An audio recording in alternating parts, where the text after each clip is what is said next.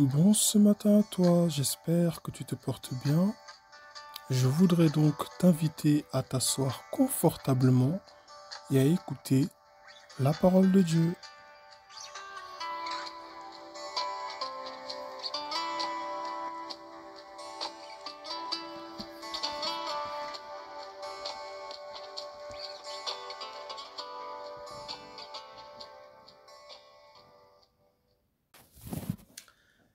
Nous méditons ce matin dans le livre de Jérémie, chapitre 1, à partir du verset 7. Et l'Éternel me dit, ne dis pas, je suis un enfant, car tu iras vers tous ceux auprès de qui je t'enverrai, et tu diras tout ce que je t'ordonnerai. Ne les crains point, car je suis avec toi pour te délivrer, dit l'Éternel. Puis l'Éternel étendit sa main et toucha ma bouche. Et l'Éternel me dit, voici, je mets mes paroles dans ta bouche. Regarde, je t'établis aujourd'hui sur les nations et sur les royaumes, pour que tu arraches et que tu abattes, pour que tu ruines et que tu détruises, pour que tu bâtisses et que tu plantes. Amen. La parole de l'Éternel me fut adressée en ces mots. Que vois-tu, Jérémie? Je répondis, je vois une branche d'amandier. Et l'Éternel me dit, tu as bien vu, car je vais sur ma parole pour l'exécuter. Amen. Donc notre méditation a été dans le livre de, sinon est dans le livre de Jérémie chapitre 1, verset 7 à 12. Ici, nous voyons ce premier chapitre de Jérémie et dans ce premier chapitre, Jérémie reçoit la mission.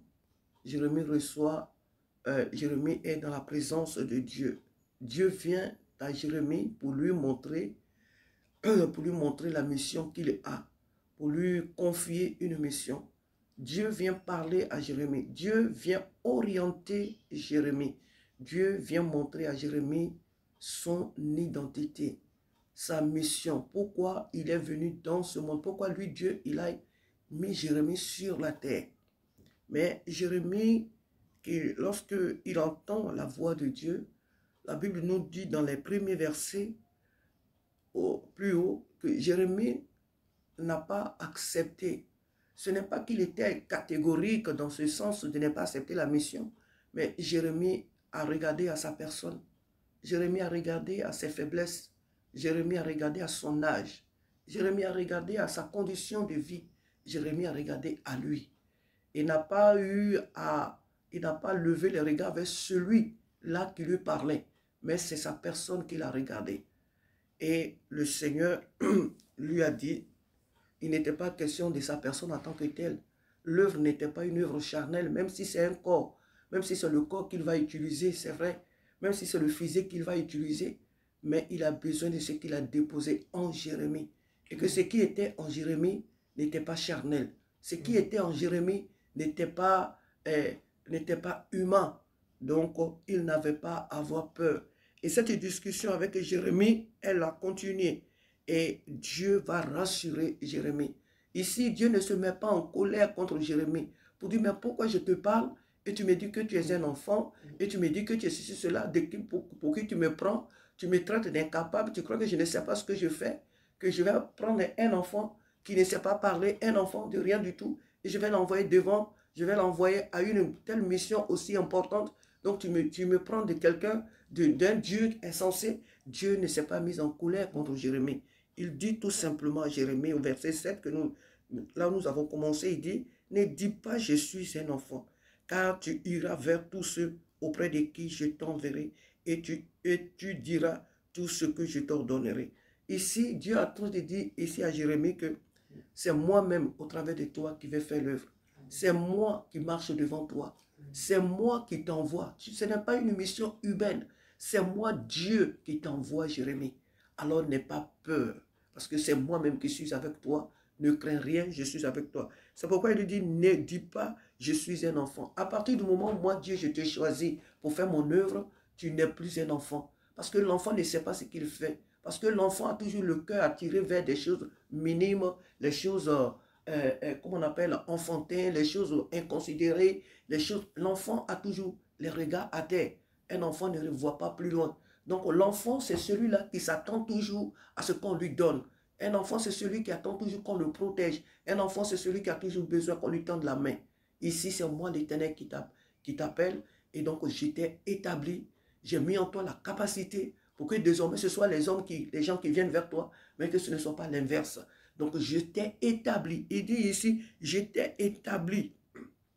Il dit, je t'ordonne. Il dit, car tu iras vers tous ceux auprès de qui je t'enverrai et tu diras tout ce que je t'ordonnerai. Donc cette mission, elle est une mission solennelle, une mission spéciale, une mission divine. Ce matin, c'est vrai que nous, en tant que des hommes, quand Dieu nous adresse son appel, quand Dieu nous appelle, la première des choses, c'est qu'on regarde notre personne. Oh, mais je n'ai pas les moyens. Oh, mais je ne suis pas pasteur. Oh, mais je n'ai pas été dans une école pastorale. Je n'ai pas été dans une école théologique. Non, mais je ne connais pas la Bible. Non, mais je ne suis pas ceci. Ah, mais non, je n'ai pas les moyens. Comment l'œuvre de Dieu, il faut se déplacer, il faut aller par-ci, par-là. Je n'ai pas le permis. Ah, mais je ne suis pas... Donc nous, lorsque Dieu nous appelle, premièrement, nous regardons nous à notre personne. On ne regarde pas à celui-là, à ce Dieu-là, qui a trouvé juste de nous appeler. On ne se pose pas la question, mais Dieu m'a appelé. Ah ben donc, s'il m'a appelé, c'est que il m'a créé pour cette mission. Il a déposé en moi ce qu'il faut pour cette mission. Donc, je dois aller. Je dois tout simplement obéir. Le reste, lui, il doit le faire. Voilà pourquoi il dit ici, Gédéon a eu le même langage. Gédéon a eu le même langage dans le livre des Juges. Gédéon a eu le même langage. Il dit à Dieu, mais je suis jeune, ma famille est pauvre, je suis le plus petit de ma famille, et tout ça. Gédéon aussi a commencé à raisonner. Et Dieu lui dit, il lui donne la même réponse. Va avec la force, vaillant héros, va avec la force que tu as. C'est ce que le Seigneur est en train de dire. Il dit, tu diras que tu sois un enfant ou pas. Ça, ce n'est pas ce qui est important. C'est moi qui suis au travers de toi, et c'est moi qui fais l'œuvre. Donc, on va. Tu n'as rien à craindre. Je te donne le pouvoir de détruire, d'abattre, de construire, de planter, d'arracher. C'est moi Dieu qui t'envoie.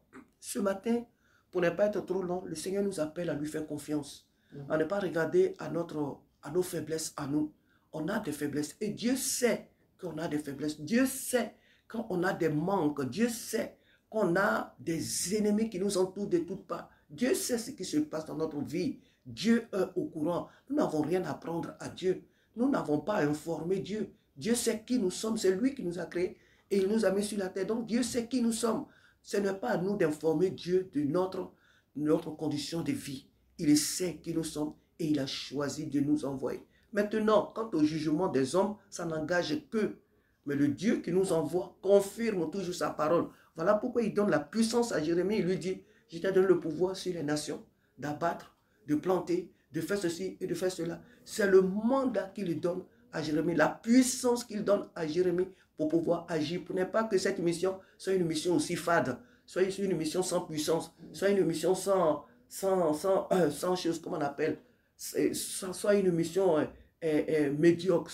Non, pour éviter la médiocrité dans cette mission, Dieu lui charge d'une puissance. Cette puissance par laquelle il doit guérir les malades, il doit ressusciter les morts, il doit faire des prodiges et des miracles. Oui, il doit amener le cœur d'Israël à Dieu. Cette mission est une mission divine. Que Dieu nous aide ce matin à fixer nos regards sur celui qui nous a envoyés. Peu importe nos faiblesses. On prie beaucoup, on ne prie pas beaucoup. C'est nécessaire que nous prions beaucoup. C'est nécessaire que nous jeûnions beaucoup pour conserver cette fluidité dans notre relation avec le Seigneur. Pour conserver cette sensibilité à la voix de l'Esprit de Dieu. Il est important que nous ayons cette communion réelle avec le Seigneur en tout.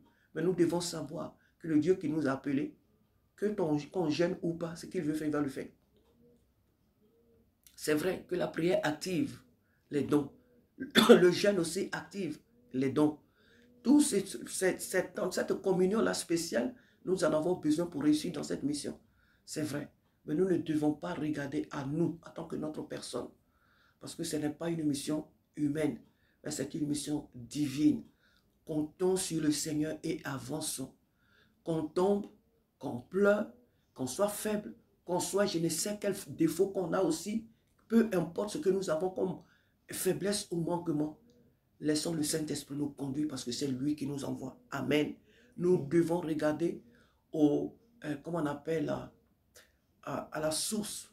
Nous devons regarder à celui-là qui nous envoie en mission et non pas à nous. Et ne résistons pas à l'appel de Dieu. Parce que c'est lui qui choisit et il sait ce qu'il fait. Que son nom soit béni. Amen. Amen. Amen. Merci à toi d'avoir écouté ce message. Que le Seigneur te bénisse. Et je te prie de passer une très bonne journée dans la présence de Dieu.